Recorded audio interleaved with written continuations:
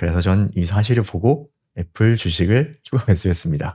가만히 두고 보지 않겠다는 움직임이라고 생각합니다. 이미 싸움은 시작되었죠.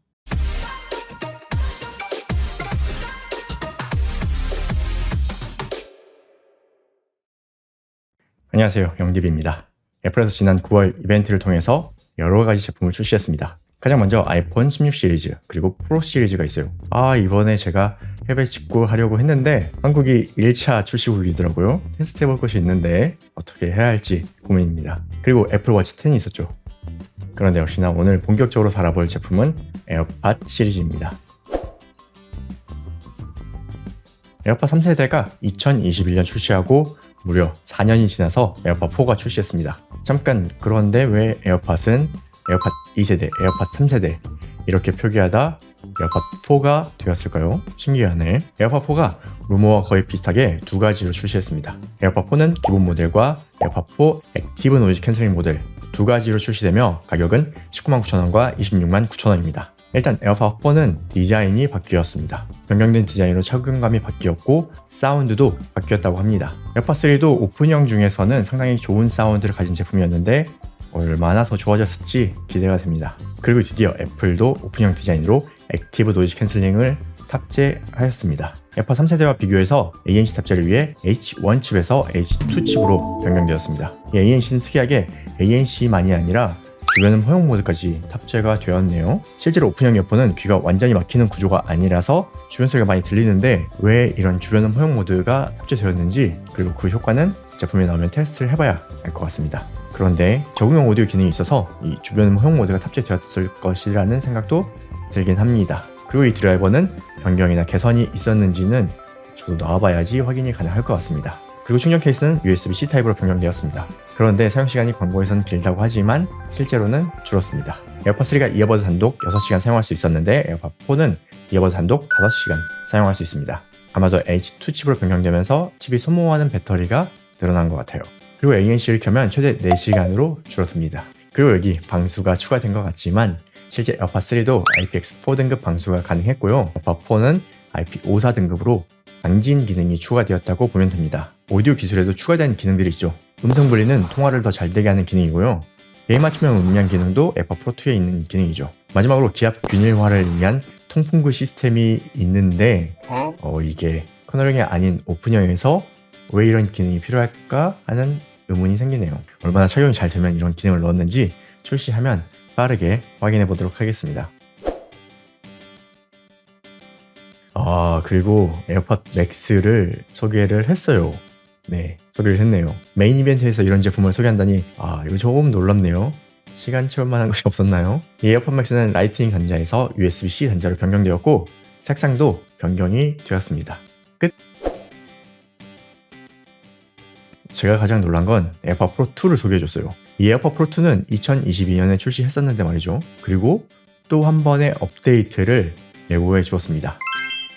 심지어 에어팟 맥스처럼 새로 사야 하는 기기가 아니라 우리가 가지고 있는 에어팟 프로 2로 업데이트를 통해 개선해 준다는 얘기입니다. 그래서 전 이 사실을 보고 애플 주식을 추가 매수했습니다. 왜 샀는지 이유를 잘 들어보시기 바랍니다. 제가 예전에 에어팟 시리즈 리뷰할 때 애플이 노리는 건 보청기 시장이다 라는 얘기를 한 것 같은데 어떤 영상에서 했는지 기억이 나지 않더라고요. 아무튼 에어팟 프로 2가 다른 ANC 이어폰들보다 주변음 허용 모드가 월등히 좋은 건 모두가 인정하는 사실이죠. 그리고 실제 아이폰 앱 중에 미미 청력 검사 앱이 있어요. 이 앱에서 이렇게 청력 검사를 진행할 수 있는데 요즘에 저 스트레스 때문에 청력이 조금 낮게 나왔어요. 이렇게 테스트한 청력 검사를 건강 앱으로 공유할 수 있고 오디오 설정 사용자와에서 청력도를 불러올 수 있습니다. 그리고 주변음 허용 모드를 조절하면 보청기처럼 사용할 수 있는 기능이에요. 근데 전 좀 잘 안 되는 것 같더라고요. 그런데 이번에 iOS 18 업데이트와 에어팟 프로 2가 업데이트되면 이 청력 검사 기능도 아이폰에서 기본적으로 지원한다고 합니다. 그리고 이 청력 검사가 무려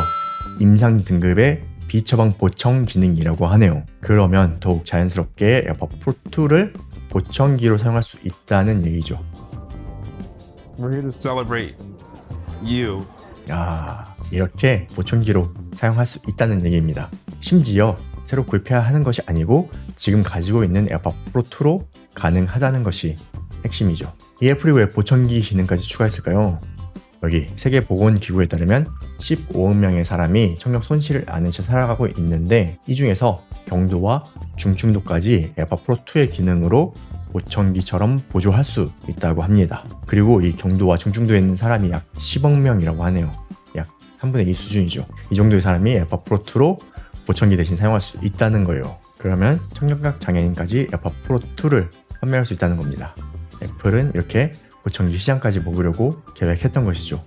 그리고 이제 그 가능성이 많이 열렸다고 봐도 될 것 같아요. 이 이어폰과 보청기는 정말 뗄래야 뗄 수 없는 시장이 되는 것이죠. 기존의 전자업계에서는 애플과 삼성이 이어폰으로 보청기 기능을 많이 추가하고 있고 또 발빠른 회사가 하나 있어요. 보청기 중에 호나기라는 브랜드가 있어요. 많이들 아실 텐데 호나기 바로 소노바 그룹이 소유한 보청기 브랜드예요. 그 소노바가 제나이저 컨슈머를 인수한 사실도 많이들 알고 계실 거예요. 보청기 회사가 이어폰 회사를 산 거죠. 이 보청기 회사도 이어폰 회사들이 자신의 영역을 침범하는 것을 가만히 두고 보지 않겠다는 움직임이라고 생각합니다. 이미 싸움은 시작되었죠. 그리고 제가 볼 때는 에어팟 프로 2 같은 경우 디자인에서 꽤나 큰 장점이 있다고 봅니다. 심각하지 않은 경도에서 중증도 사이에 청각 장애를 가지고 있는 분 중에 20에 30대에도 많이 있는 것 같은데 이런 젊은 분들이 보청기를 착용하는 것보다는 에어팟을 착용하고 있으면 장애인 같지 않아 보이는 점이 장점이라고 생각이 돼요. 그러면 에어팟 프로 2가 또 많이 팔리겠죠. 그럼 내 주식도 오늘 새롭게 출시한다는 에어팟 시리즈를 살펴봤습니다. 일단 가장 궁금하고 반드시 사야 하는 건 에어팟 4 액티브 노이즈 캔슬링 모델이죠. 이 출시되면 빠르게 구매해서 어떤 성능인지 알려드릴 텐데 뭐야 에어팟 4는 도대체 한국에 언제 출시한다는 거죠? 그런데 마침 또 제가 그때 중국에 출장을 가거든요. 중국에서 살 수 있으면은 빠르게 전달해 드릴 수 있을 것 같네요. 선정 가는데 에어팟 4 구매를 도와주실 구독자분이 있으면 연락 부탁드려요. 그리고 에어팟 프로 2는 또 기능 업데이트를 통해서 보청기 기능을 사용할 수 있다고 하는데 이거 좀 놀랍죠. 이 기능으로 에어팟 3를 만들어서 더 팔 수 있는 건데 에어팟 프로 2에서도 사용할 수 있다는 점은 칭찬해 줘야죠. 그럼 이번 애플 신제품과 관련해서 궁금한 점 댓글 남겨주시면 제가 그 궁금증을 확인해 드리도록 하겠습니다. 오늘 영상 유익하셨다면 구독과 좋아요 클릭 부탁드리고 그럼 전 다음 영상으로 찾아뵙겠습니다. 고맙습니다.